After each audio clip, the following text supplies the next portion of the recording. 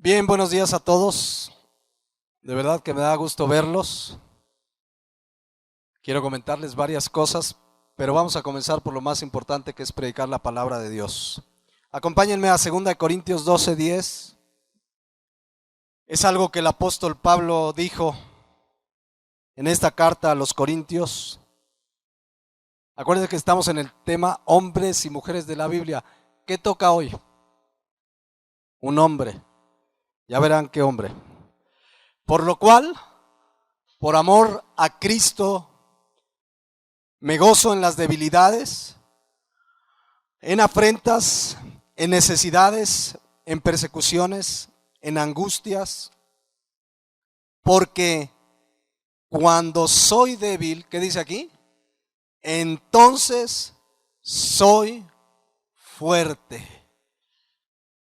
Quise utilizar este pasaje para hablarles de un hombre en la Biblia, un varón del Antiguo Testamento, que Dios usó para una tarea titánica, muy difícil, imposible para un hombre por sí solo. Este hombre del que les voy a hablar tenía que librar a Israel, a todo el pueblo de Israel, de la opresión de un pueblo enemigo que estaba sobre ellos, y lo hizo. Este hombre lo logró. Sin embargo, este hombre del que vamos a hablar, antes de realizar esa tarea, reconoció que no podía. Cuando Dios le dijo, te quiero usar, él dijo, no puedo. Se reconoció débil, se reconoció incapaz, pero Dios se encargó de demostrarle que no era por sus capacidades, sino porque Dios estaría con él. Y esta es la verdad que yo quiero que quede esta mañana en nuestros corazones. Lo que tú estés enfrentando, las batallas, las luchas, las dificultades, los problemas, no vas a poder tener la victoria en tu capacidad, en tus fuerzas. Si no es Dios contigo, Dios a través de ti, no vas a poder. Ese es un principio bíblico que nos debe quedar muy claro. La lucha en las batallas, en las dificultades, las diferentes circunstancias que pasas en tu familia, en tu vida, en tu hogar, en tu matrimonio, debemos pelearlas no en nuestras fuerzas, sino en las fuerzas y en el poder de Dios. Amén. Zacarías 4:6 lo resume así. Dice al final, no es con ejército ni con fuerza, es decir, no es en tu capacidad, no son tus fuerzas. ¿Cómo es la batalla que podemos tener la victoria? Dice, sino, ¿qué dice? Con mi espíritu, ha dicho Jehová de los ejércitos. ¿Quieres la victoria en tu vida? ¿Quieres la victoria en esa circunstancia que estás pasando en tu hogar, en tu familia, ese problema? No puedes tú solo. En tus fuerzas no puedes. El primero que crea yo sí puedo, es el primer paso para ser derrotado. La realidad es que necesitamos que Dios obre en nosotros. En ese problema es Dios obrando en ti, no es tu capacidad. Separados de mí, dijo Cristo, nada podéis hacer. Y ya verán, este hombre del que vamos a hablar, del que hoy solamente voy a introducir para dejarlos entrados en el tema. Solamente vamos a esbozar introducción alrededor de él. Pero fue un hombre que dijo, yo no puedo. Pero Dios le dijo, no eres tú, es que yo estoy contigo. ¿Quién es? Bueno, déjenme decirles que de este hombre también se menciona su nombre en el libro de los Hechos de Hebreos, en el capítulo 11. Ese capítulo que ya todos conocen, es llamado comúnmente el capítulo de los héroes de la fe, es llamado comúnmente el capítulo de la fe, y ahí están enlistados hombres y mujeres de fe. ¿Se acuerdan que ya hemos hablado de algunos de ahí? La última mencionada ahí en el versículo 31, hablamos de ella hace 8 días y hace 15. que era esta Rahab. Bueno, justo después de Rahab viene el versículo 32. Sigue hablando de hombres y mujeres de fe. Por ahí va a estar nuestro personaje de hoy. A ver si adivinan. Dice, ¿y qué más digo? Porque el tiempo me faltaría contando de Gedeón, de Barak, de Sansón, de Jefté, de David. Entre esos está el personaje de hoy. Así como de Samuel y de los profetas. Versículo 33. Que por fe, también es un hombre de fe, que por fe conquistaron reinos, hicieron justicia, alcanzaron promesas, taparon bocas de leones, apagaron fuegos impetuosos, evitaron filo de espada, sacaron fuerzas de debilidad, se hicieron fuertes en batalla, pusieron en fuga a ejércitos extranjeros. ¿Ya saben quién es? ¿Quién es? Versículo 32. Efectivamente es Gedeón. Gedeón, un hombre débil, como tú y como yo, pero fortalecido en Dios.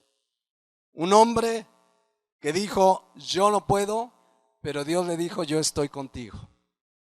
Es lo que leímos en 2 Corintios 12:10, justamente. Vean esta verdad es importantísima.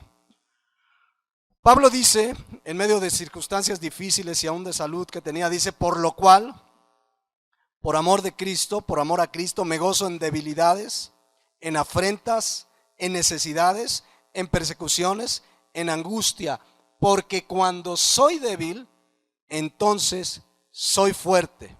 Es decir, cuando tú reconoces, Señor, yo no puedo, tengo este problema, yo no puedo, mis hijos, mi matrimonio, mi vida, el trabajo, ya no sé qué hacer. Cuando reconoces esto y vienes a Dios, entonces eres fuerte. No porque Dios encuentre fuerzas en ti, sino porque Dios te va a dar nuevas fuerzas.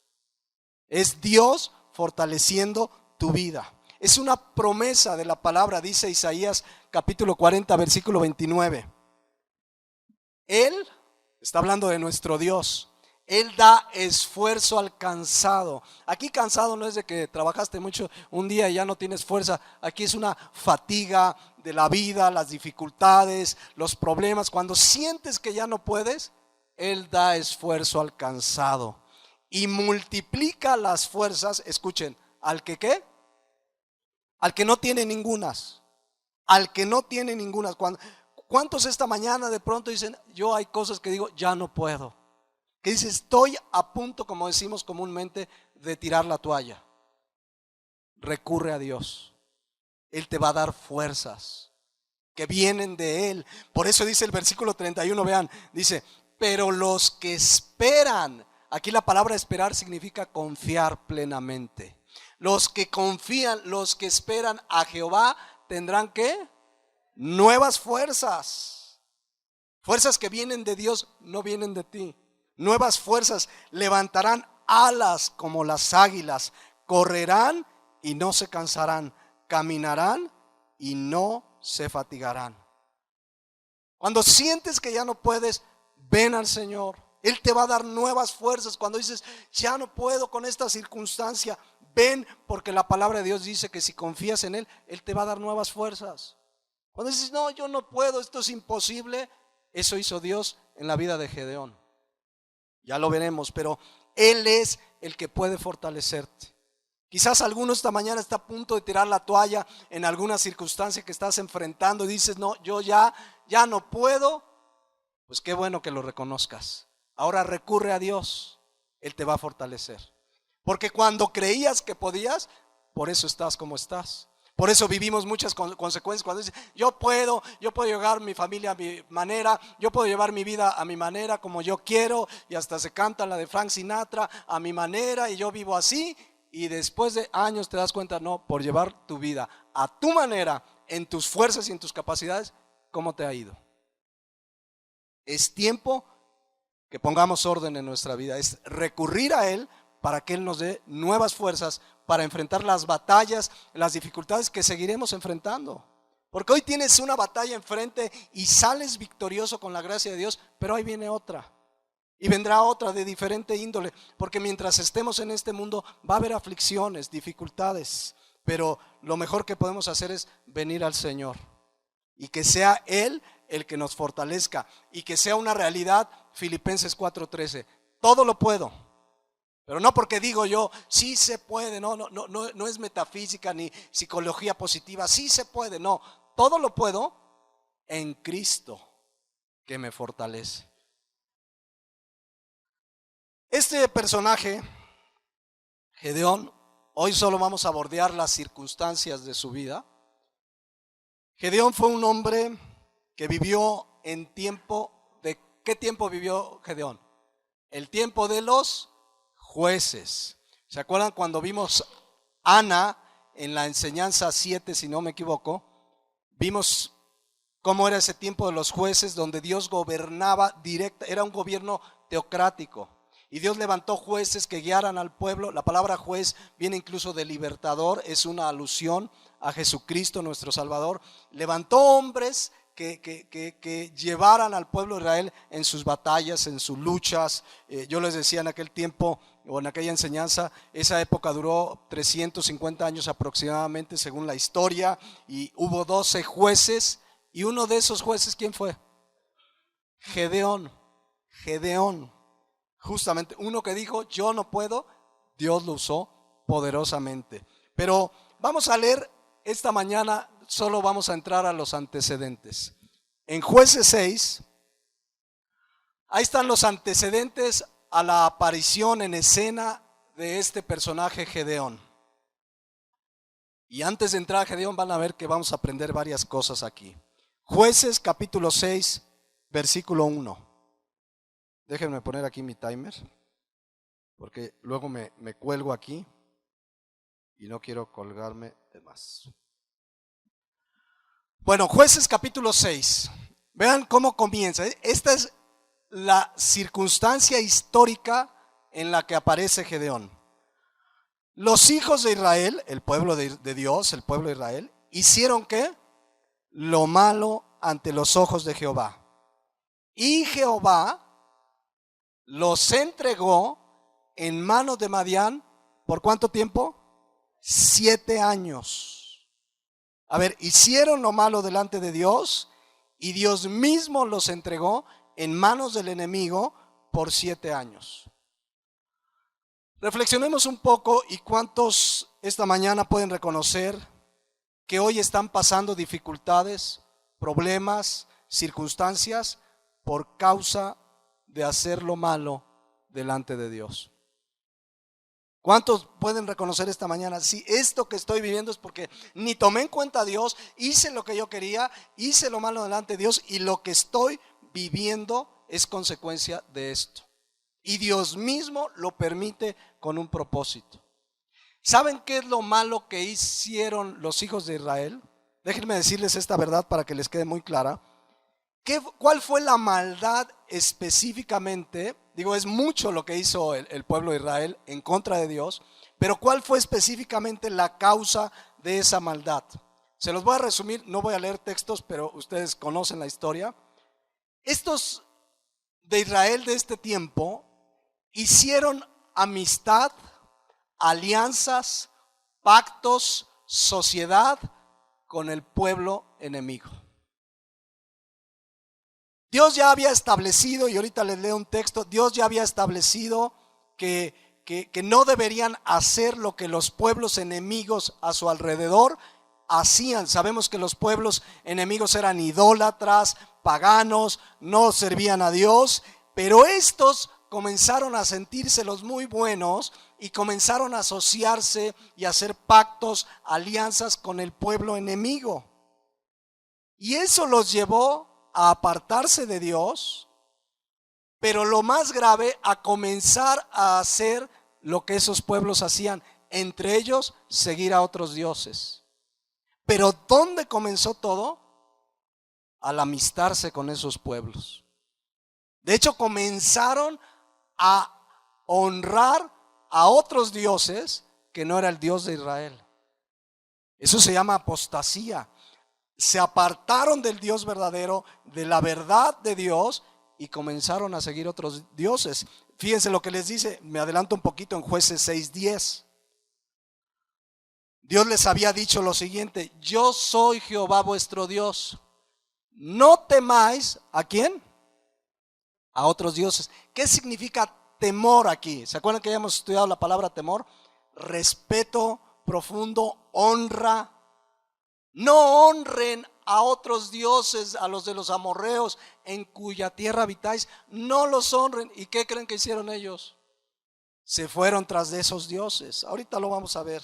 Pero todo comenzó cuando comenzaron ellos a desobedecer el mandato de Dios. No aprendan a hacer lo que ellos hacen. No hagan lo que ellos hacen. Obedezcan mi palabra, obedezcan mi palabra. Y ellos no lo hacían. Comenzaron a apartarse de Dios y de su palabra y fácilmente se fueron a seguir a otros dioses. Esto, les digo, técnicamente se llama apostasía. ¿Qué es la apostasía? Cuando alguien que ha conocido de Dios, ha conocido la palabra de Dios, se aparta tras otros dioses y otras enseñanzas. Dioses con minúscula, por supuesto. El único Dios verdadero es Jehová de los ejércitos. Pero cuando alguien comienza a apartarse de la verdad, eso es apostasía. Y el pueblo de Israel comenzó a seguir a otros dioses. ¿Dónde comenzó todo? Cuando comenzó a amistarse con esos pueblos y empezaron a aprender sus maneras y a ver, esto pues no es tan malo, Dios nos dice que no hagamos esto, pero yo veo que estos pueblos están felices en la pachanga, en el alcohol, con sus dioses. Ay, pues qué tanto es tantito. Y comenzaron a hacerlo, pero terminaron idolatrando a dioses que no era el Dios de Israel. Ellos como pueblo de Dios se apartaron. ¿Saben qué dice 1 Pedro 2:9? Que ahora nosotros somos pueblo, ¿qué? Ahí lo puse en amarillo. Adquirido por Dios. Y como pueblo adquirido por Dios, muchas veces la iglesia ha hecho lo mismo que los de Israel en tiempo de los jueces. Se han apartado tras otros dioses y otras enseñanzas. Es la apostasía que estamos viviendo en este siglo XXI. La iglesia, gran parte de la iglesia se ha apartado de la verdad bíblica. Es lo mismo que en los tiempos de los jueces, pero digamos en nuestro tiempo. Y se han apartado y se han amistado con el mundo, hacen lo que el mundo. Es más, yo se los he dicho, no voy a abundar mucho, pero ya ni siquiera se han ido tras del mundo. Muchos de la iglesia han traído el mundo a la iglesia. Música del mundo, enseñanzas del mundo. Por eso ya escuchas rock cristiano, rap cristiano, y ya hemos hablado ampliamente que eso no es de Dios. Esos cantantes modernos que han surgido, por supuesto que no tienen nada que ver con la alabanza a nuestro Dios de Israel. Pero ahí comienza todo, cuando la iglesia y el cristiano comienza a amistarse con el mundo, comienza a hacer lo que el mundo, y tarde o temprano se van a apartar de la verdad. Y va a suceder lo que dice 1 Timoteo 4:1, que es una profecía clara para nuestro tiempo. Dice 1 Timoteo 4:1, pero el Espíritu dice, 1 Timoteo 4:1, pero el Espíritu dice claramente que en los postreros tiempos, algunos que apostatarán de la fe. Significa se apartarán de la verdad. ¿De qué gente está hablando? De gente de la iglesia. ¿Qué significa apartarse de la verdad?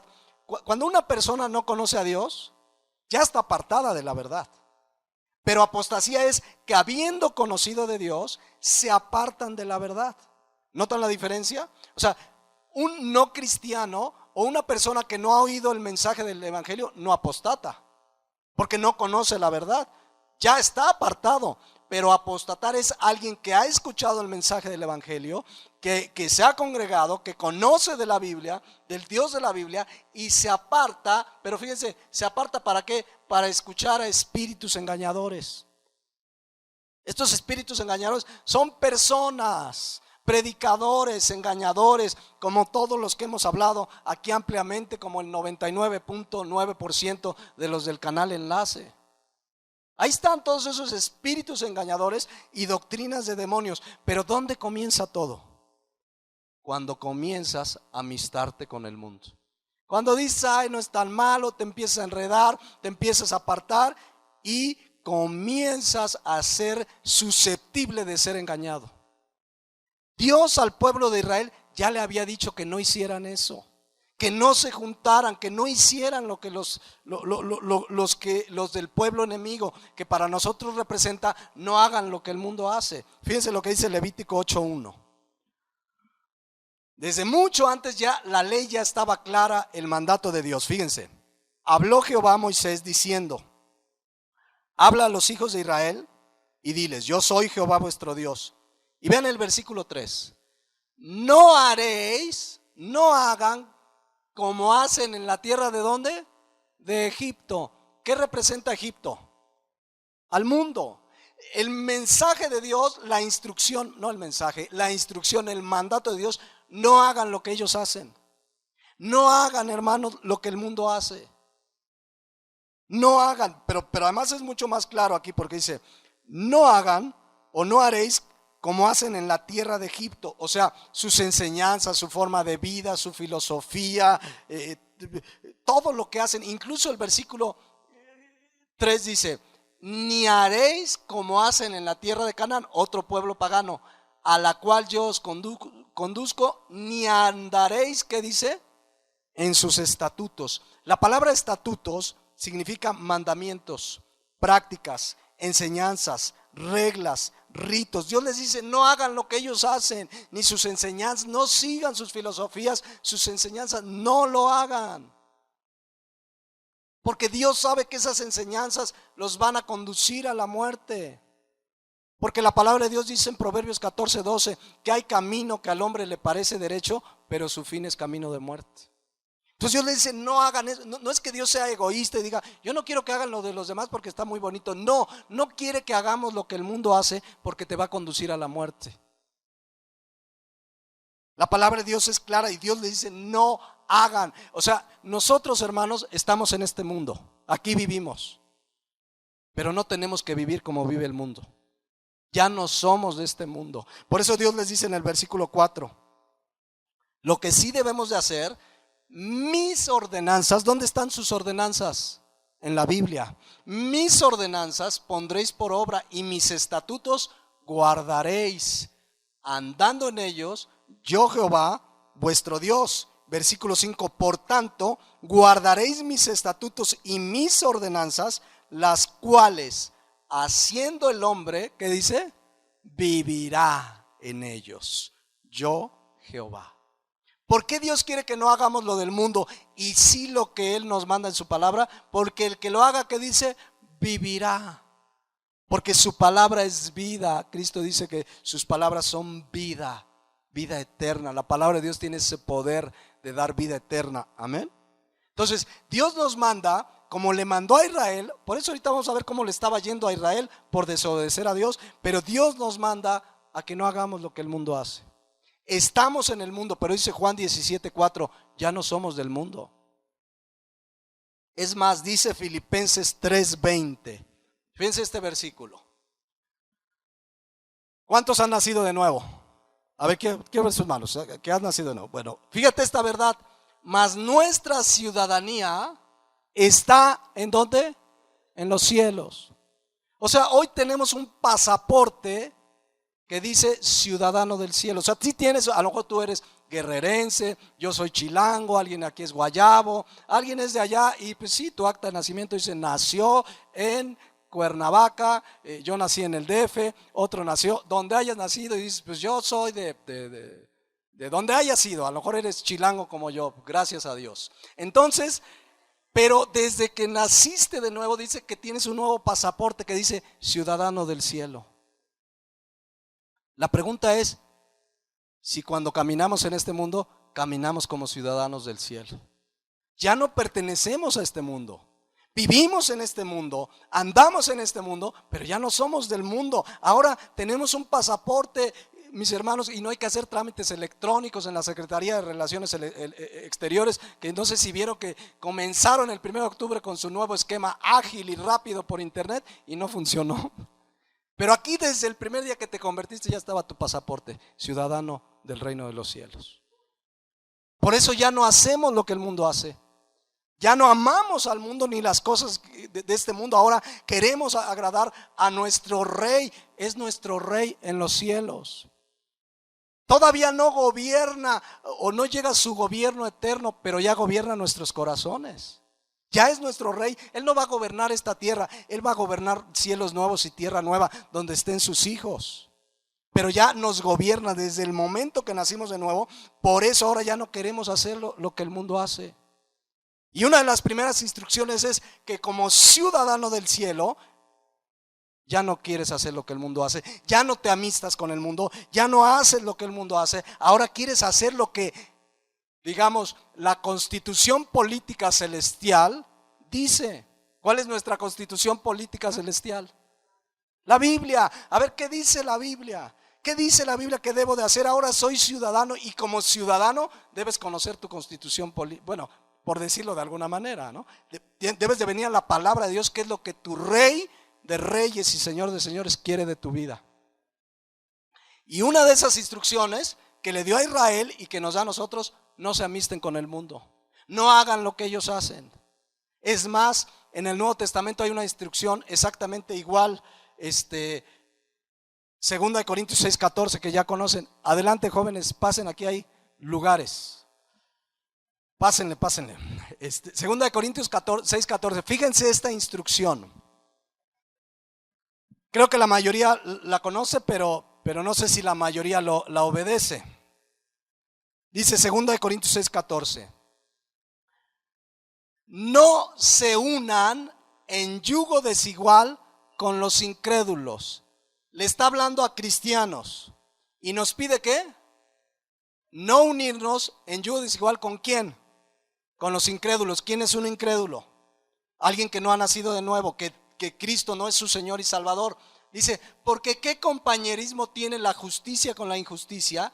¿Y qué comunión la luz con las tinieblas? A ver, la palabra unión aquí significa, o habla en su raíz griega, de amistad íntima.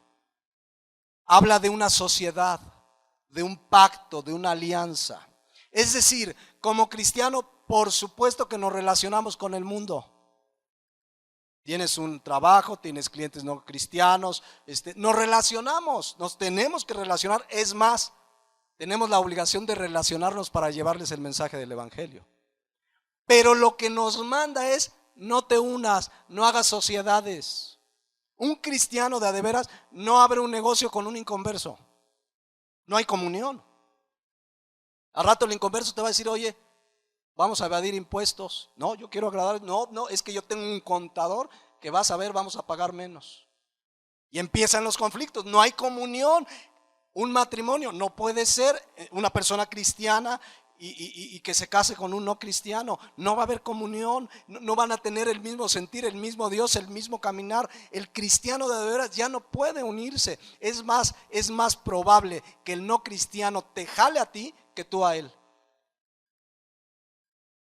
Ya como cristiano, porque alguien puede decir: bueno, es que yo me casé, no éramos cristianos y ahora yo soy cristiano, ahora yo soy cristiana. No, tú ahí dale testimonio y ora por su salvación. Más bien, el que ya es cristiano, no se una, no haga una unión, un pacto, una sociedad. No lo debemos, no podemos hacerlo, no hay comunión. ¿Cómo vas a tener un negocio? Un día un ingeniero, un amigo y creo hermano en Jesucristo, tenía una sociedad de una cuestión de teléfonos celulares, y yo me acuerdo que le comenté, pero le digo: pero esto dice la Biblia. No, mi socio, no sabes, mi socio, mejor que muchos cristianos. A los 3, 4 años, nos contó su esposa, lo dejaron en la ruina. Dios no se equivoca, no se unan, no se amisten. No puede haber una amistad íntima. Yo se los he explicado de 1000 maneras. El verdadero cristiano no puede ser tu mejor amigo un no cristiano. No puede ser. ¿Qué comunión hay? Si tú eres ciudadano celestial, tu lenguaje, sí puede haber una amistad donde tu interés es llevarle el mensaje del evangelio. Por eso Dios te lo puso cerca. Por eso Dios te puso en el trabajo donde estás. Pero una amistad íntima, ¿qué comunión hay? La luz con las tinieblas. Si tú eres luz y tu amigo o la otra persona es incrédula, la palabra de Dios dice que es tinieblas. No hay comunión. Y tarde o temprano te va a hacer apartarte de Dios, como sucedió en el pueblo de Israel. Se amistaron, comenzaron a hacer pactos, alianzas con otros pueblos y comenzaron a apartarse de Dios. Y Santiago 4:4 es muy claro. Fíjense lo que dice: oh almas que adúlteras. Esto es un adulterio espiritual. Al que debemos amar por sobre todas las cosas es a Dios. Dice: ¿no sabéis que la amistad del mundo es qué? Enemistad contra Dios. Oiga, entonces pastor, ya no le puedo hablar a nadie, ya no, eso no dice. La amistad, la unión íntima. Claro que le hablamos, claro que amamos a nuestros familiares, claro que amamos a nuestros amigos, pero nuestro interés es que conozcan a Cristo. Pero yo no voy a amistarme para hacer lo que ellos hacen. Dice: la amistad del mundo es enemistad contra Dios. Cualquiera, pues que quiera ser amigo del mundo, se constituye ¿qué? Enemigo de Dios. Este fue el problema de Israel. Se amistaron con el mundo, hicieron pactos, alianzas, no pasa nada, y terminaron adorando a otros dioses. Pero todo comenzó cuando dice Jueces 1: hicieron lo malo a los ojos de Jehová. Esto es lo que comenzaron a hacer, en resumen. Pero ¿saben además dónde se originó todo el problema de los de Israel en tiempo de los jueces? Capítulo 2 de los Jueces. Fíjense lo que pasó. Sucede, déjenme darles el antecedente a Jueces 2:10. Antes de Jueces, ¿qué pasó antes de Jueces? ¿Saben? ¿Qué libro está antes de Jueces? Ya se lo saben. ¿Cuál? Josué. Acuérdense que Josué lleva a Israel a la tierra prometida. Llega a la tierra prometida por mano de Dios, usando a Josué. Llegaron ahí, pero Josué murió, como morimos todos, ¿no? Y después de su muerte, fíjense lo que pasó. Es lo que dice ahí Josué 2:10. Muere Josué y toda aquella generación también fue reunida a sus padres. Pero vean lo que pasó con la siguiente generación. Y se levantó después de ellos otra generación que ¿qué? Que no conocía a Jehová ni la obra que él había hecho por Israel. O sea, pasaron los años. Murió Josué, las victorias, cuando uno lee el libro de Josué, la victoria sobre Jericó, grandes batallas, todo lo maravilloso que Dios hizo, y todo eso, llegó un tiempo que llegó la segunda generación y ya no conocían a Dios. Sí habían oído estas historias, pero ya Dios no era su Dios, ya Dios no gobernaba sus vidas. Ya, el problema de origen, cuando uno se mete a fondo a esto, es que esto se fue perdiendo. ¿Por qué creen? Porque los padres dejaron de transmitirles las enseñanzas de Dios a sus hijos. Y luego los hijos medios las recibieron, y a los nietos menos les transmitieron las enseñanzas, su vida, su testimonio. Y entonces es cuando dice: ya no conocían a Dios. ¿Y qué pasó? Versículo 11. Justamente después los hijos de Israel hicieron ¿qué? Lo malo a los ojos de Jehová, y sirvieron a los Baales, entiéndase, a otros dioses.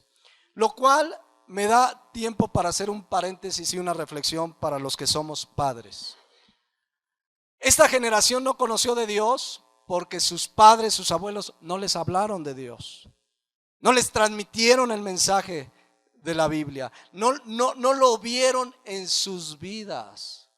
Porque muchas veces no solo con palabras transmites el mensaje del evangelio, con tu vida misma.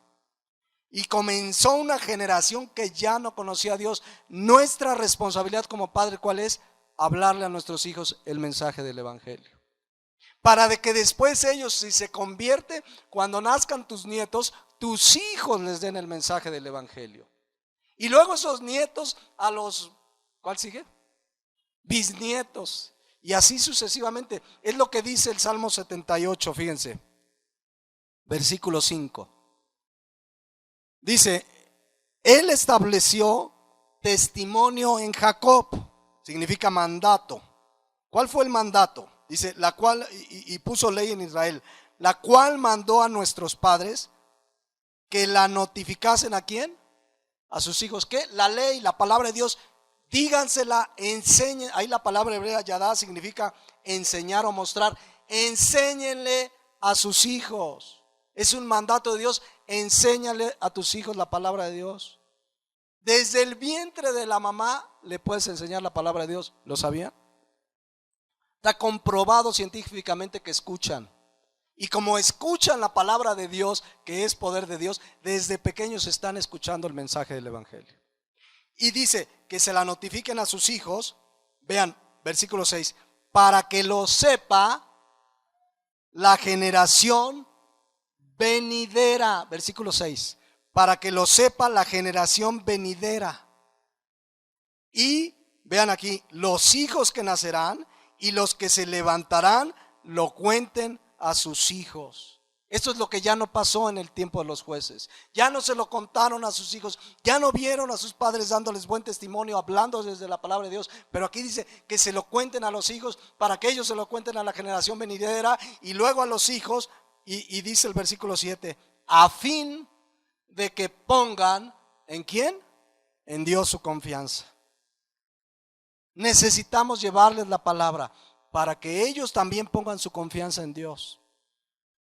Y esto ya no pasó en Israel. Entonces fue una generación que hizo lo malo delante de Dios. Se apartó de Dios, hizo lo que el mundo. Pero ¿saben cómo les fue? Vamos a regresar a Josué 6. Ahora sí, vamos a entrar de lleno. El antecedente a la aparición en escena de Josué. Josué 6:2. Ya vimos en el 1 que hicieron lo malo. ¿Y quién los entregó en manos de Madián? Dios. ¿Por cuántos años? 7 años. Bajo la opresión, padecimientos de mano del pueblo enemigo. Vean lo que dice aquí, versículo 2. Y la mano de Madián, Josué 6:2. ¿Sí estamos en Josué 6:2? Jueces 6:2. Ya ven, ya me confundieron por acá. Jueces 6:2, ahí está ya el versículo. Dice, y la mano de Madián, el pueblo enemigo, prevaleció contra Israel. O sea, los tenían oprimidos bajo sus amenazas. Vean todo lo que hicieron. Y los hijos de Israel, el pueblo de Dios, vean, por causa de los madianitas, se hicieron ¿qué? Cuevas en los montes y cavernas y lugares fortificados. Pues sucedía, fíjense qué tragedia a causa de su pecado. Sucedía que cuando Israel había sembrado, subían los madianitas y amalecitas, y los hijos del oriente contra ellos subían y los atacaban. Pero no solo eso, y acampando contra ellos, destruían los frutos de la tierra hasta llegar a Gaza, y no dejaban que comer en Israel ni ovejas, ni bueyes, ni asnos. Fíjense la desgracia de este pueblo. Ahí iban, sembraban su maicito, su trigo, tenían su ganado, sus vacas. Venían los de Madián y ¿qué les dejaban? Nada. Estaban en la ruina. Pero ¿dónde comenzó todo? Cuando desobedecieron a Dios. Jueces 6:1 dice, los hijos de Israel hicieron lo malo ante los ojos de Jehová, y Jehová mismo los entregó en manos de Madián. Alguien dirá, ay, qué malo Dios. No, fue la consecuencia de su pecado. Esto me establece una verdad: tu pecado y mi pecado tiene consecuencias. Y si eres hijo de Dios, Dios al que ama disciplina. Porque hay gente que dice, no, Dios no disciplina, Dios no castiga, yo creo en un Dios muy bueno. Y si es un Dios muy bueno, ¿cuántos lo creen? No, pero yo no creo en un Dios. Es más, Dios no va a mandar a nadie al infierno. Hasta predicadores dicen eso. Hay uno muy conocido que se llama, a lo mejor hasta tiene sus discos y autografiado, se llama Marcos Witt. Y es un cuate que se ha apartado de la verdad de la palabra de Dios gravemente, pero gravemente. Yo lo escuché en una entrevista, por ahí alguna vez les puse la liga. Lo entrevistó Carlos Alarraqui, es un periodista y publicista. Y le preguntó del infierno, y Marcos Witt dijo, fíjense la clase de personaje: yo no creo en un Dios que mande a nadie al infierno. ¿Cómo la ven? Y en otra ocasión el mismo Marcos Witt dijo, yo no hablo del infierno ni del pecado porque es ofensivo para la gente. Ándale, y todavía tienes sus discos. ¿Y ya tienes el último? De verdad, se han apartado de la verdad estos personajes. Entonces hay gente que dice, no, pues Dios no castiga, Dios tolera todo, Dios es muy bueno, Dios no castiga. Bueno, esas son sus ideas. Pero ¿qué dice Hebreos 12:6? Dice la palabra de Dios, Hebreos 12:6. Porque el Señor al que ama, ¿qué? Disciplina. Esto dice la Biblia. Tú puedes pensar que no castiga, pero ¿a quién le crees? ¿A tu pensamiento o a lo que dice la Biblia? Dios al que ama, o sea, a sus hijos los disciplina y azota, hay castigo a todo aquel que recibe por hijo. Entonces, si eres hijo de Dios y persistes en pecar, Dios en su soberanía puede aplicar la disciplina que quiera. Y aquí a los de Israel les mandó al pueblo enemigo para que los hicieran padecer severamente. Entonces, cuidado con tu pecado y que además quizás alguno está como los de Israel en esos tiempos, estás padeciendo las consecuencias de tu pecado. Si eres su hijo, pídele perdón y vuélvete a su gracia. Porque quizás mucho de lo que estás viviendo hoy es por no haber obedecido la voz de Dios. No es mala suerte, ay, es que me agarró una mala racha. No, a ver, analiza tu vida si es una mala racha o hay algo que Dios está permitiendo a causa de tu pecado, que Dios te lo revele.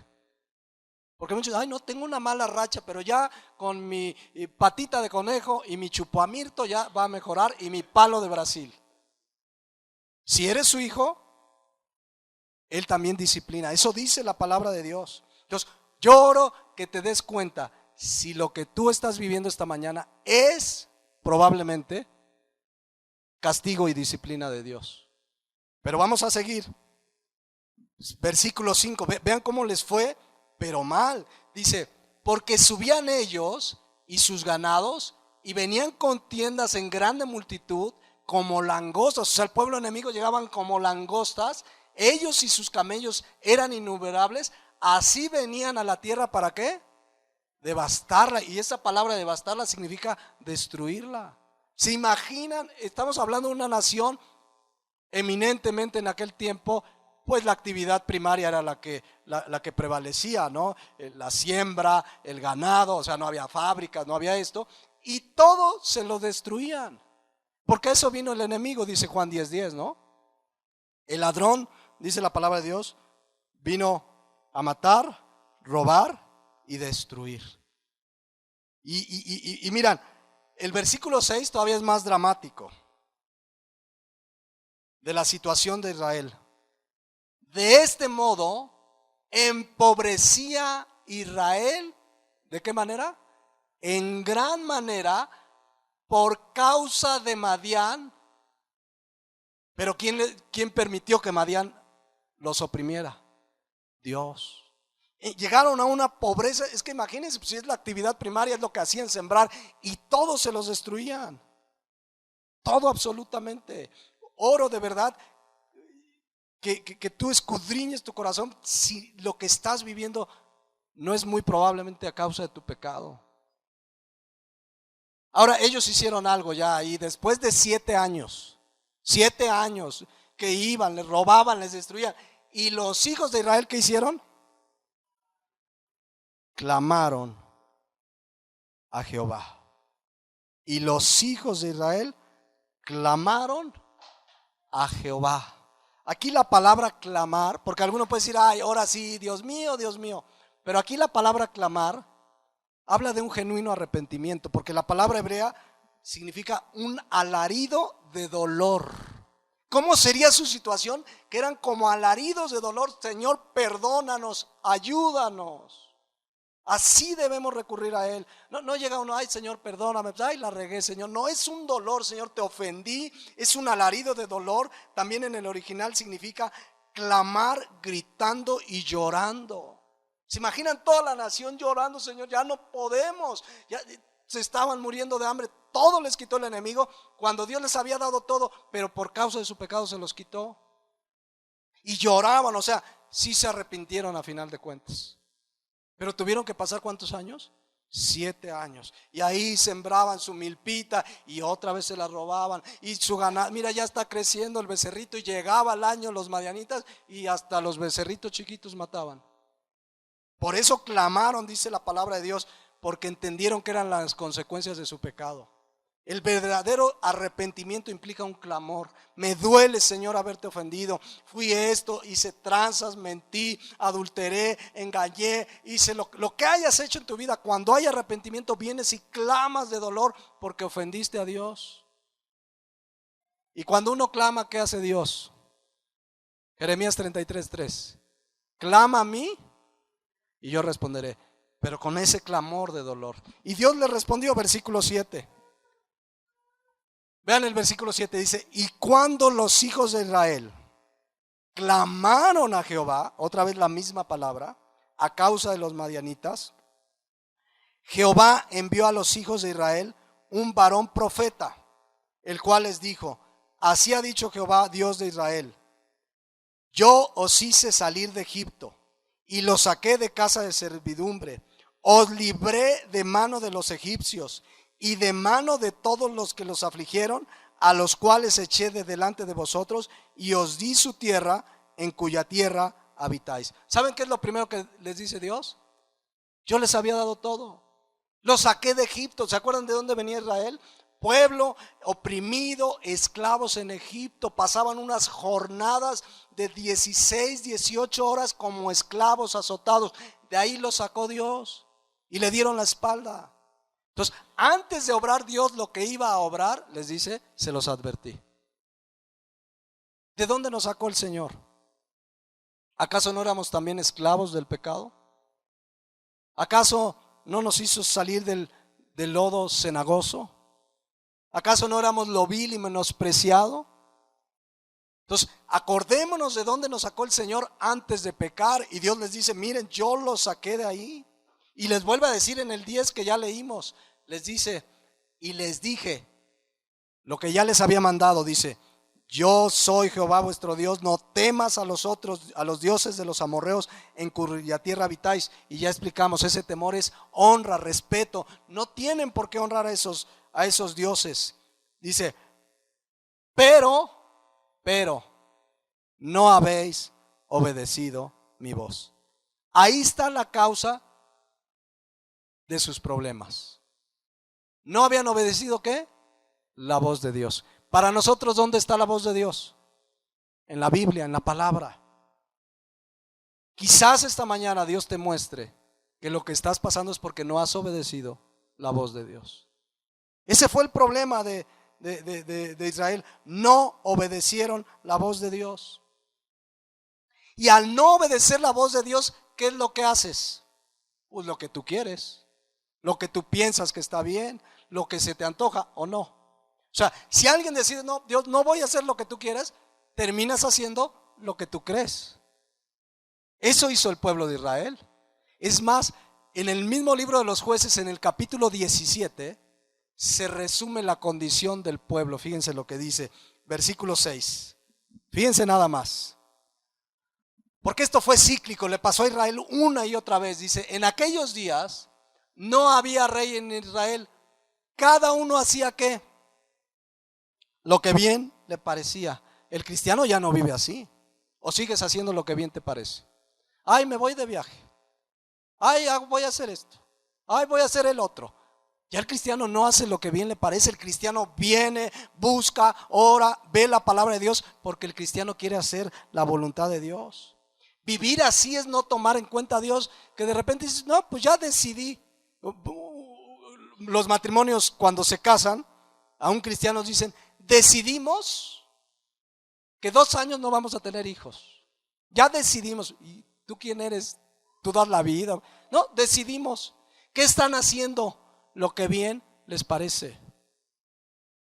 El cristiano ya no hace lo que bien le parece. Fíjense lo que dice Santiago 4:13, un pasaje muy conocido.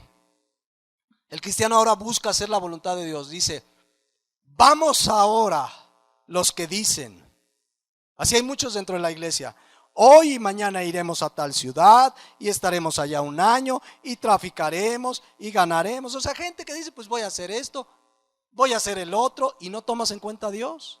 Y hay gente que planea su vida y yo voy a hacer el otro, y en un mes me voy a hacer esto, y acá voy a hacer por allá. Y cuando dice el versículo 14, cuando no sabéis lo que será mañana, porque ¿qué es nuestra vida? Ciertamente es neblina que se aparece por un poco de tiempo y luego se desvanece. En lugar, versículo 15, de lo cual deberías decir que, si el Señor quiere. Ya no hacemos lo que bien me parece. ¿Qué hacemos? Lo que el Señor quiere. Dice, si el Señor quiere, viviremos y haremos esto o aquello. Ahora el cristiano dice, Señor, ¿tú quieres realmente que haga esto? ¿Realmente lo quieres? Y si el Señor no quiere, ¿qué haces? Pues no lo haces. Ya no hacemos lo que bien nos parece. Ahora el cristiano ora, busca, Señor, ¿tú quieres que yo realice este viaje? Digo, hay decisiones que en realidad en la mañana oras y se toman. Digo, no vas a, ay, Señor, ¿me pondré hoy calcetines verdes o rojos? ¿Cuál combina? No, pero habla de decisiones en tu vida que trascienden con la palabra de Dios. Voy a hacer un viaje. Yo, por ejemplo, si Dios quiere, me operan el martes, pero oramos, no dije, ya, porque dijo el doctor, pues ya oramos y creemos, y en nuestra oración, que era la voluntad de Dios, ya era el tiempo del Señor, y todavía sigue siendo, si el Señor quiere, ¿no? A lo mejor llego el martes y el doctor dice, pues ya no hay nada, ¿no? Pero es, si el Señor quiere. El cristiano busca hacer lo que Dios quiere. Si no, vas a terminar haciendo lo que bien te parece. ¿Cómo educas a tus hijos? ¿Como bien te parece o como dice la Biblia? El cristiano busca, ¿qué es lo que tú quieres, Señor?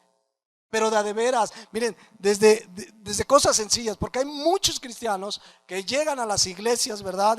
Y hasta escuchan el mensaje y hasta salen, pastor, qué buen mensaje, ya le puse like, ¿no? Bien moderno, ya le puse like, manita arriba a su mensaje.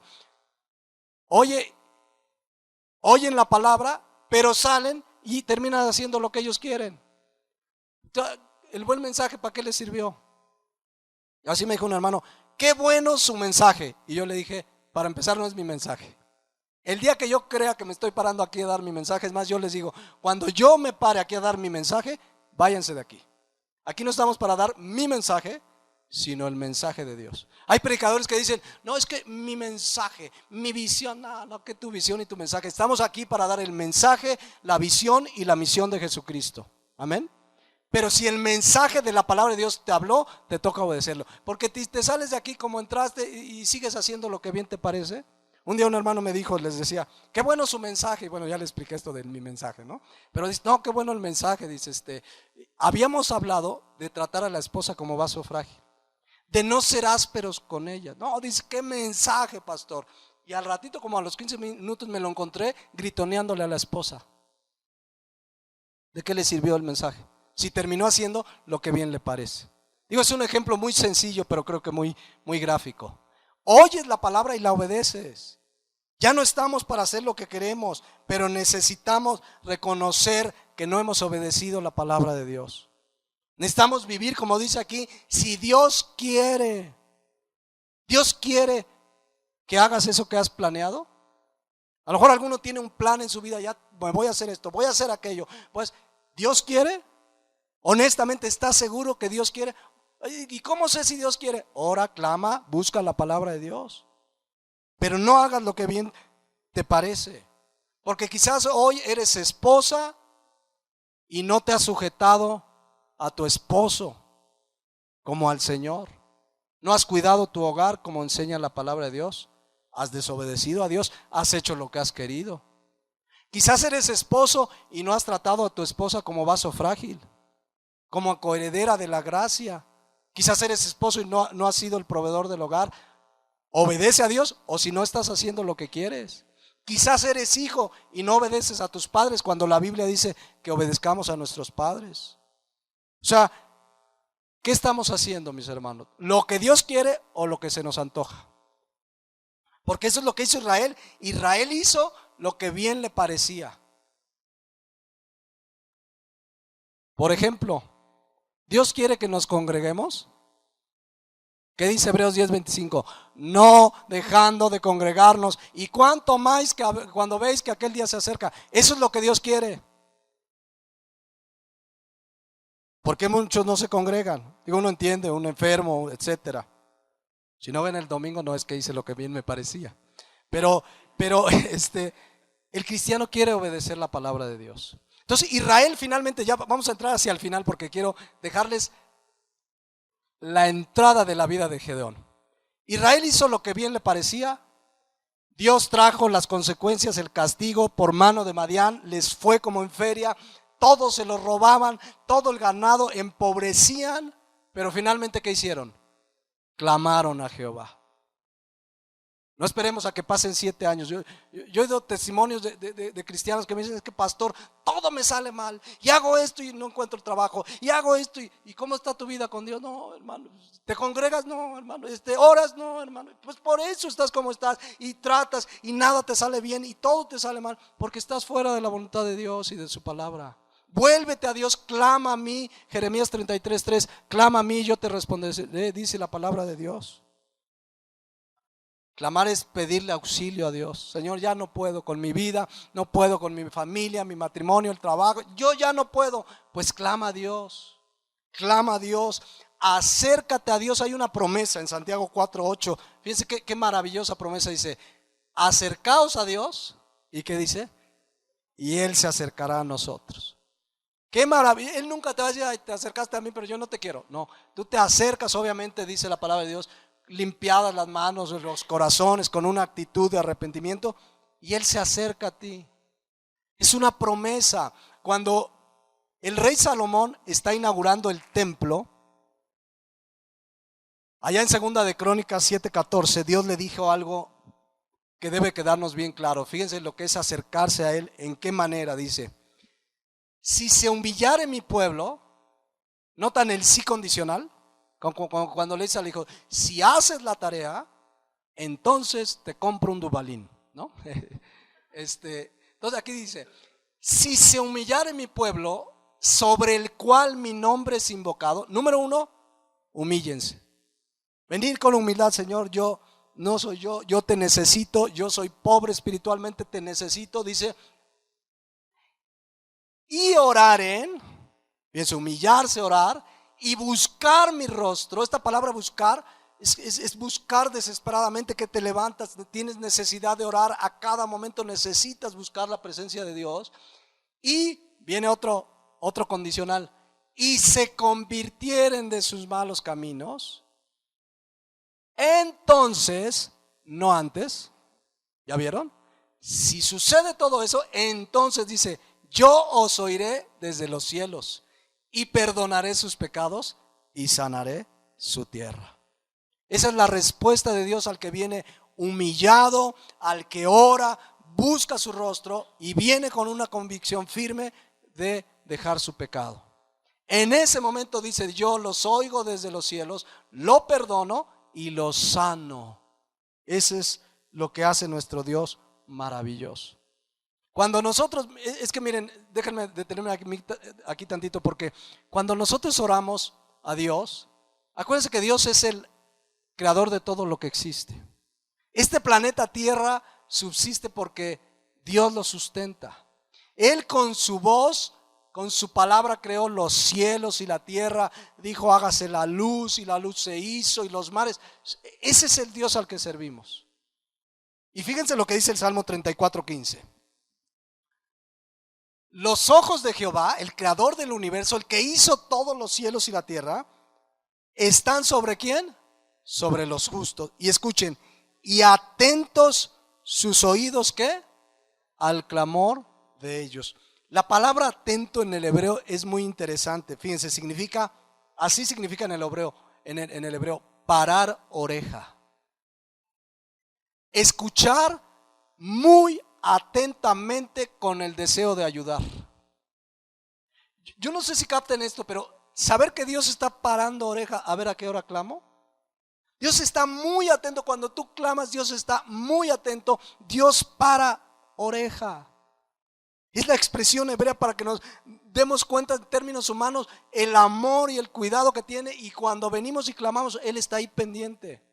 Bien, yo me acuerdo que una vez estaba yo solicitando empleo hace muchos años, y el cuate que me entrevistó ni a los ojos me vio.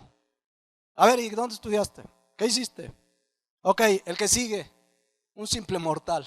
Pero mi Dios, el creador de los cielos, Él está atento, Él para oreja. Cuando yo vengo y clamo, Él está ahí. Él está atento, es el Rey de Reyes. Yo no sé si te da paz y gozo y tranquilidad en tu vida, que si tú vienes y clamas, Él está atento. No hay que hacer cita. El otro día un cuñado mío dice, tuvieron un problema de agua ahí en su fraccionamiento. Bueno, han ido a Zapaga, al ayuntamiento, no los atiende nadie, nadie los atiende. Bueno, y son simples mortales. El presidente municipal creo que ya ni anda por ahí, ya anda más fuera que adentro, ni caso les hacen, y el problema es general y va a afectar gran parte de la calle ahí por donde está la princesita. Creo que a final de cuentas tuvieron que poner dinero, pero esos son los seres humanos que no te atienden, no te oyen. Pero Dios, el creador del universo, está atento, está parando oreja para ver cuál es tu necesidad, pero necesita que vengamos clamando. Es más, da una promesa en el versículo 17 del mismo Salmo, fíjense. Claman los justos y Jehová oye. Pero no nada más oye, ahí viene lo más maravilloso. Y los libra de algunas de sus angustias. ¿Así dice? Vean qué promesa. Y los libra de todas sus angustias. Así llegó Israel. Clamaron a Dios, estaban angustiados. Vean, no tenían que comer, pobres de ellos, todos le robaban, pero clamaron a Dios. ¿Y Dios qué hizo? Los oyó. Y vean la respuesta, y aquí es donde aparece Gedeón. Solo les voy a pintar el panorama de lo que vamos a desarrollar en la siguiente enseñanza, si Dios quiere. Jueces 6:11. Bueno, Jueces 6:10, Jueces 6:10. Ya que Dios les dice, oye su clamor, dice, yo soy Jehová vuestro Dios, no temáis a los dioses de los amorreos, en cuya tierra habitáis, pero no habéis oído mi voz. Ya que les dice de dónde viene su problema, Dios oye su clamor, y vean el versículo 11. Y vino, ¿quién vino? El ángel de Jehová, y se sentó debajo de la encinta que está en Ofra, la cual era de Joás Abieserita, y su hijo Gedeón. Aquí aparece Gedeón. Su hijo Gedeón estaba sacudiendo el trigo en el lagar. ¿Para qué? Para esconderlo de los madianitas. Nada más entre paréntesis, ¿quién es el ángel de Jehová? Es Jesucristo. Si usted lee en el versículo 14, ya no dice ángel de Jehová, solo dice Jehová. Pero déjenme se lo explico rápido. A ver, denme 2 minutos, rápidamente. Porque este ángel de Jehová aparece varias veces en el Antiguo Testamento. Y nuestro Señor Jesús no vino a existir hace 2015 años cuando nació en un pesebre. Vino a existir como hombre, pero Él ya existía. Dice 1 Juan 1:1 y Juan 1:1, lo que era desde el principio, lo que hemos visto, oído, tocante al verbo de vida.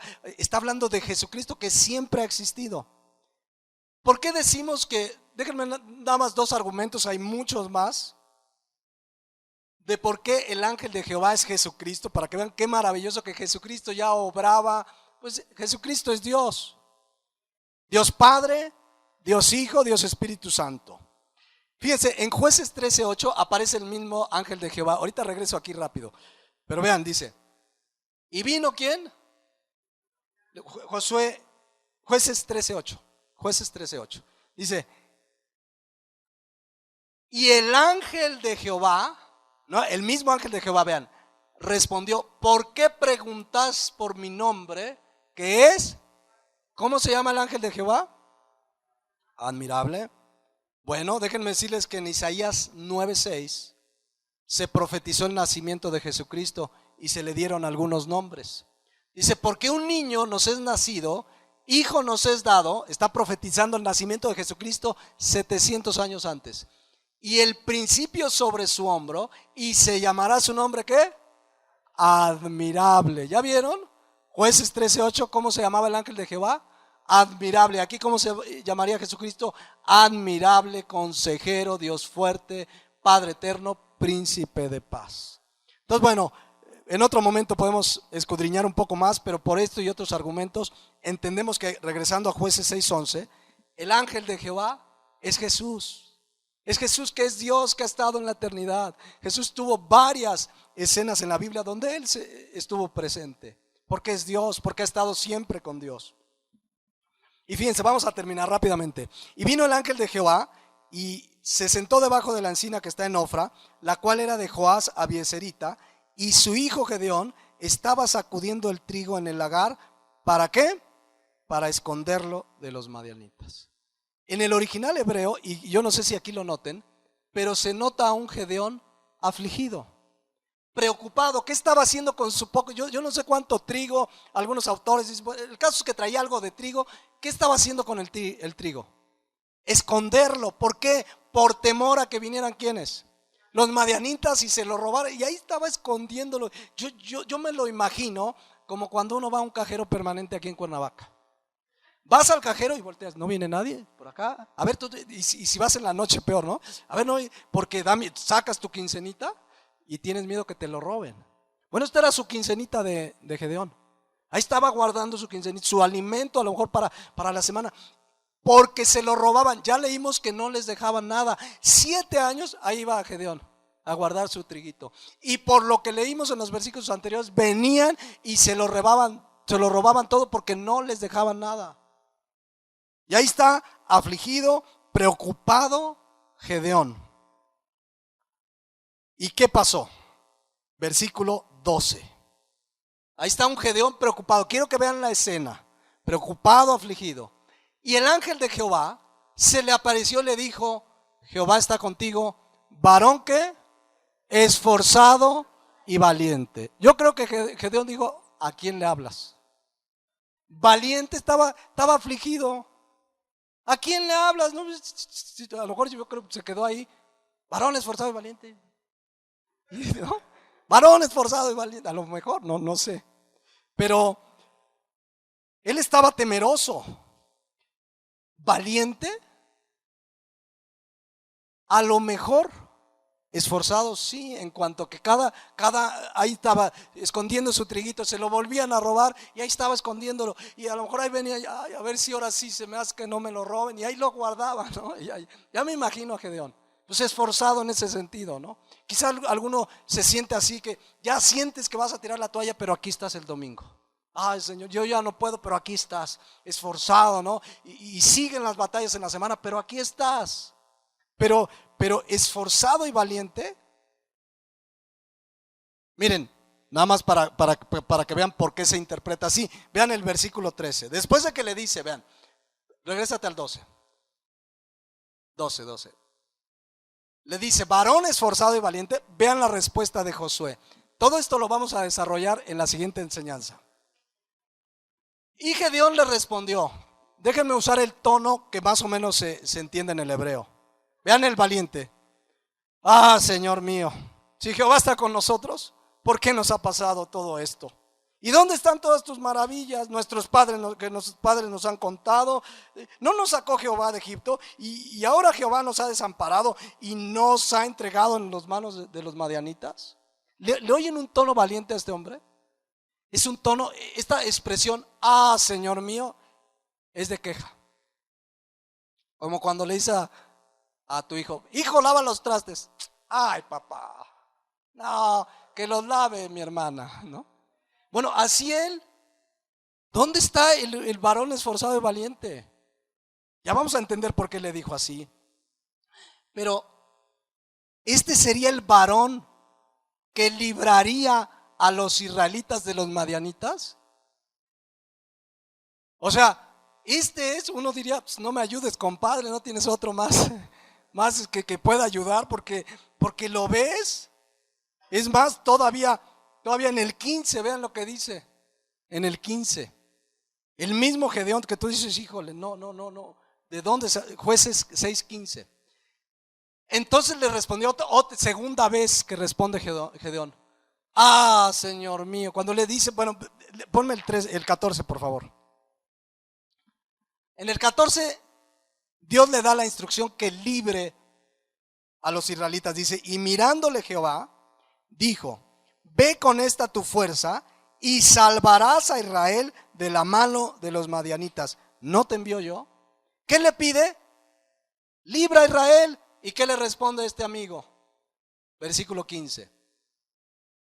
Entonces le respondió, por supuesto yo voy, yo puedo con todos. Así le respondió el valiente Gedeón. Vean lo que le dice. Ah, Señor mío, ¿con qué salvaré a Israel? He aquí que mi familia es pobre en Manasés y yo el menor de la casa de mi padre. Mira que la iglesia me queda bien lejos. Es que leer la Biblia en la mañana, no, en la mañana yo duermo y en la noche veo a López Dóriga. No, yo cómo lo voy a hacer. Y así se quejan muchos. A iba a usar Dios. Miren, si fuera entrevista de trabajo, ¿lo contratarías? Imagínate que le digas, oiga, ¿y qué tengo que hacer? Pues mira, tienes que hacer esta cuestión y tienes que hacer, ay, yo no puedo. ¿Contratado le dirías? Metafóricamente Dios lo contrató. ¿Por qué? Regreso a Jueces 6:13. Cuando Gedeón dice en Josué 6:13 y 6:15, yo no puedo, ¿dónde están tus maravillas? Gedeón se está reconociendo débil e incapaz. Gedeón está reconociendo, yo no puedo. Es una confesión genuina de cómo estaba su vida. Cuando tú le dices a Dios, mira Señor, yo no puedo. Señor, yo no tengo la capacidad, pero si tú quieres, puedo. Eso es lo que Dios quiere. Gedeón le dice, yo no puedo, soy pobre, mi familia es pobre, soy el menor, estoy chaparrito. No sé qué tenía Gedeón, pero no puedo. Pero Dios le da la clave, que es la clave para ti, para mí esta mañana, y que lo vamos a desarrollar en la siguiente enseñanza. Versículo 14.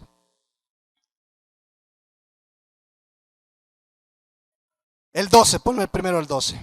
Dice, y el ángel de Jehová se le apareció y le dijo, esto es lo que tú y yo necesitamos saber esta mañana. Jehová, ¿qué dice? Está contigo. Yo sé que tú puedes decir, yo no puedo, mi familia, mi matrimonio, ya no puedo. Pero Dios te dice, yo estoy contigo. Si Dios te dice, estoy contigo, ¿a qué le temes, marinero? ¿A la mar? Si Dios te dice, yo estoy contigo, ¿a qué le temes? Dice Romanos 8:31. Si Dios es por nosotros, ¿quién contra nosotros? Lo único que necesitamos saber esta mañana en medio de cualquier dificultad es que Dios está contigo. En el versículo 14 dice, y mirándole Jehová le dijo, ve con esta tu fuerza y salvarás a Israel de la mano de las madianitas. No te envío, ¿quién? Yo. Si Dios está contigo, si Dios te envía, mis hermanos, tienes la victoria asegurada en tu vida, en tu familia, en tu matrimonio. Dios no vio la capacidad, o más bien la incapacidad de Gedeón.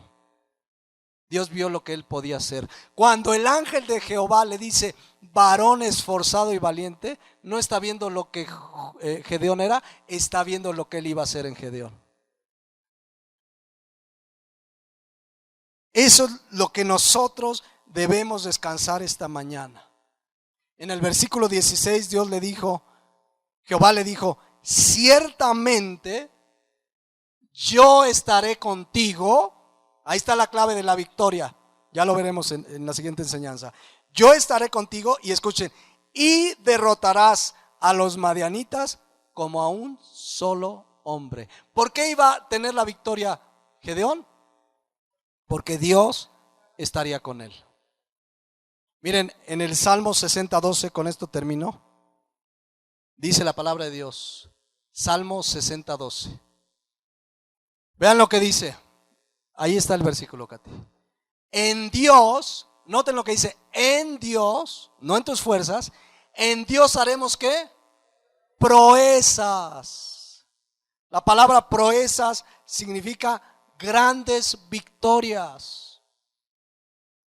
¿En quién vamos a tener grandes victorias? En Dios. Quizá en tu familia se necesita una proeza. En tu hogar, en tu trabajo, en tu vida. Si tú vienes a Dios, dice, en Dios haremos proezas. Pero lo primero que tenemos que hacer es lo que hizo Gedeón. Decirle, yo no puedo, Señor. Señor mío, yo no puedo. Y como dice 2 Corintios 12:10, al final dice, cuando soy débil, entonces soy fuerte. Cuando tú le dices, Señor, yo no puedo, yo ya hice lo que estaba en mis manos, pero no puedo, entonces Él te va a dar nuevas fuerzas. Él te va a fortalecer. Él es el que puede hacer proezas en tu vida. ¿Cuántos necesitan una proeza en su vida? Que dice, yo ya intenté por aquí, por allá. Clama a Dios. Y así como usó a Gedeón para una gran proeza, Dios te puede usar para una gran proeza en tu vida, en tu familia, a favor de alguien más, porque en Dios haremos grandes proezas. Ya desarrollaremos en la siguiente enseñanza cómo Gedeón tuvo la victoria. Pero lo que quiero que quede claro esta mañana es, ¿quieres derrotar a los madianitas de tu vida? Necesitas que Jehová esté contigo. Necesitas reconocer que no puedes, clamar, venir a Él y Él te va a dar la victoria. Vamos a despedirnos en oración.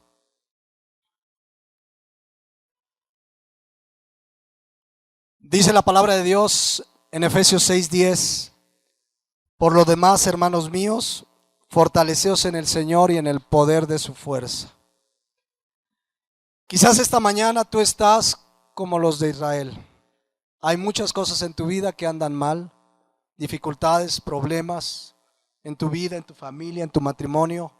Nada te sale bien, ya han pasado meses, quizás años como los madianitas, intentas como Gedeón, ahí estás tratando de protegerte y nada te sale bien.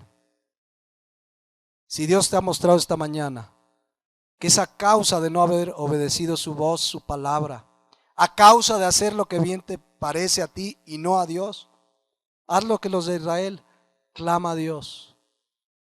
Vuélvete de todo tu corazón y Señor, yo no puedo. Clama, pídele auxilio. Dice el Salmo 121, ¿de dónde vendrá mi socorro? Mi socorro viene de Jehová, que hizo los cielos. Pídele ayuda, clama a Él. Él es tu ayudador, dice la palabra de Dios. Pero necesitamos clamar, Señor, la regué, pequé contra ti, fallé, no te obedecí tu palabra. Señor, hice lo que bien me parecía. Pero si tú clamas, la palabra de Dios dice que Él responderá. ¿Cómo va a responder en tu vida? No lo sé. ¿Qué va a hacer en tu vida? No lo sé. Pero sé de su misericordia, de su amor y de su fidelidad. Que el que a Él viene, Él no le echa fuera. El que clama a Él, Él responde. Que sus oídos están atentos esta mañana a tu clamor. Clama ahí desde tu lugar, dile, Señor, esta es mi necesidad. Esto es lo que tú sabes que necesito. Aquí estoy, quiero hacer lo que dice tu palabra, quiero obedecerte. Que tu mano intervenga en mi vida, mi familia, mi hogar, mi trabajo. Necesito tu auxilio y tu socorro. Díselo a Dios. Y Él está atento, dice la palabra de Dios, pero reconoce que tú eres débil, incapaz, que separado de Él no puedes. Y Él va a comenzar a operar su gracia y su misericordia en tu vida. Insisto, yo no sé qué va a hacer en tu vida, ni te puedo decir lo que va a pasar, pero sé que Él es bueno, que Él es misericordioso y que si Él ha permitido cosas en tu vida era justamente para que te volvieras de todo tu corazón como Israel. Díselo ahí al Señor en tu lugar. Él, quizás hoy estás a punto de tirar la toalla en algún área de tu vida, dices, ya me rindo. Él te va a dar nuevas fuerzas. Vas a salir fortalecido como un roble, dice la palabra de Dios. Vas a tener nuevas fuerzas, dice, los jóvenes se fatigan, pero los que esperan en Jehová tendrán nuevas fuerzas. Dios quiere fortalecerte. Dios quiere obrar su poder en ti y en mí, para tener victorias, para servir en su reino, para caminar en su voluntad. Pero necesitamos reconocer que muchas veces hemos hecho lo que bien nos parece y no lo que Dios dice. Vamos a terminar orando así. Bendito Padre, te damos gracias por tu palabra. Hoy comenzamos a ver algo de la vida de Gedeón, un hombre débil, incapaz, pero fuerte en ti. Yo te pido que así salgamos de este lugar, fortalecidos por ti, para seguir adelante en medio de luchas, victorias, batallas de toda índole.